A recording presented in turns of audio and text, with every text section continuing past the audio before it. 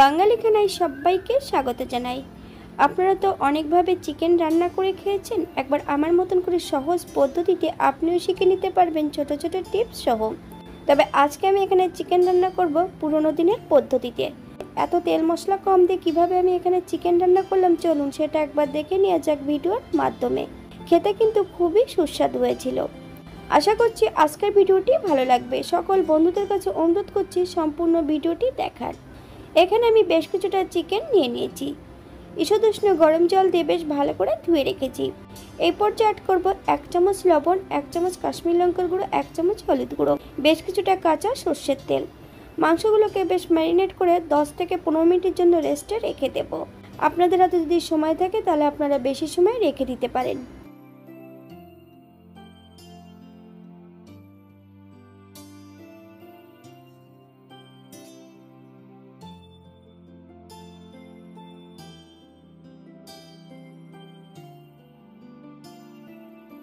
একটা কড়াইতে বেশ কিছুটা সর্ষের তেল অ্যাড করেছি। মিডিয়াম সাইজের দুটো পেঁয়াজ ছোট ছোট টুকরো করে কেটে নিয়েছি। সম্পূর্ণ পেঁয়াজটা অ্যাড করব। হাফ চামচ লবণ, আপনার স্বাদ অনুসারে লবণটা অ্যাড করবেন। এই পর্যায়ে অ্যাড করব মিডিয়াম সাইজের একটা রসুন 80% মতন বেটে নিয়ে সম্পূর্ণ বাটা রসুনটা অ্যাড করব। তবে পেঁয়াজ রসুন থেকে যতক্ষণ কাঁচা গন্ধ বেরোবে ততক্ষণ বেশ ভালো করে ভেজে নিতে হবে।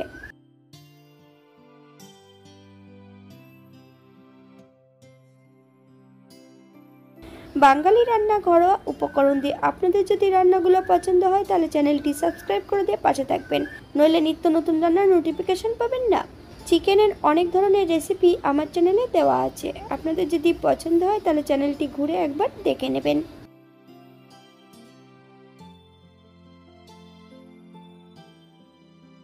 আজকে আমি এখানে চিকেন রান্না করব বাটা মশলায়।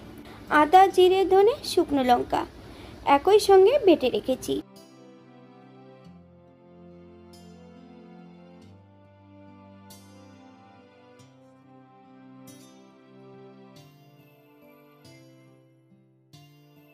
এই পর্যায়ে বেটে রাখা সম্পূর্ণ মশলাটা অ্যাড করব। মিডিয়াম আঁচে মশলাটা বেশ ভালো করে ভেজে নিতে হবে।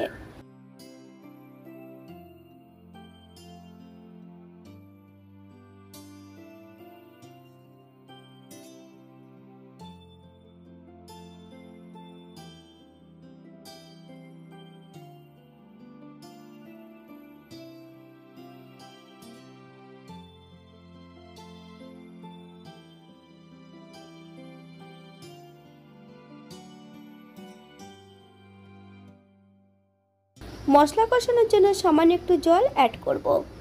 মশলা থেকে যতক্ষণ তেল না ছাড়ছে ততক্ষণ বেশ মশলাটা ভালো করে কষিয়ে নিতে হবে।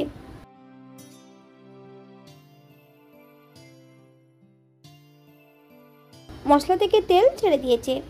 এই পর্যায়ে ম্যারিনেট করা সম্পূর্ণ মাংসগুলো অ্যাড করব।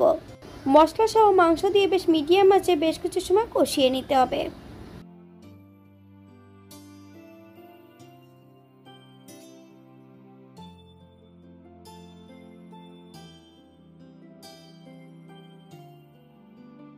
মাংস কষানোর মাঝপথে বেশ কিছুটা ভেজে রাখা আলু অ্যাড করব। আপনারা যদি পছন্দ করেন তাহলে এখানে পেঁপেও অ্যাড করতে পারেন।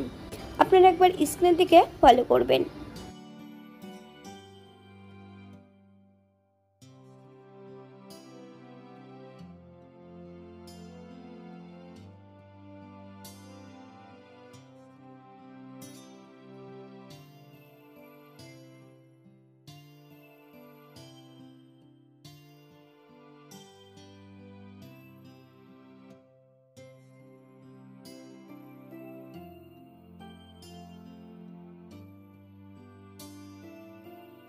মাংস কষানোর শেষ পর্যায়ে এই পর্যায়ে অ্যাড করব 2 কাপ গরম জল। আমি এখানে ঈষদুষ্ণ গরম জল অ্যাড করছি। হালকা হাতে নেড়ে ছেড়ে 10 থেকে 12 মিনিটের মতন ঢাকা দিয়ে রেখে দেব, যাতে মাংস ও আলুগুলো সেদ্ধ হয়ে যায়।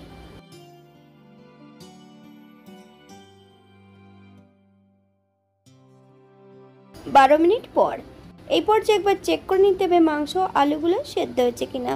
আপনারা যদি চিনি পছন্দ করেন তাহলে এই পর্যায়ে অ্যাড করতে পারেন, তবে চিনি অ্যাড করলে কিন্তু হাই ফ্লেমে 3 থেকে 4 মিনিটের মতন রান্না করে নিতে হবে।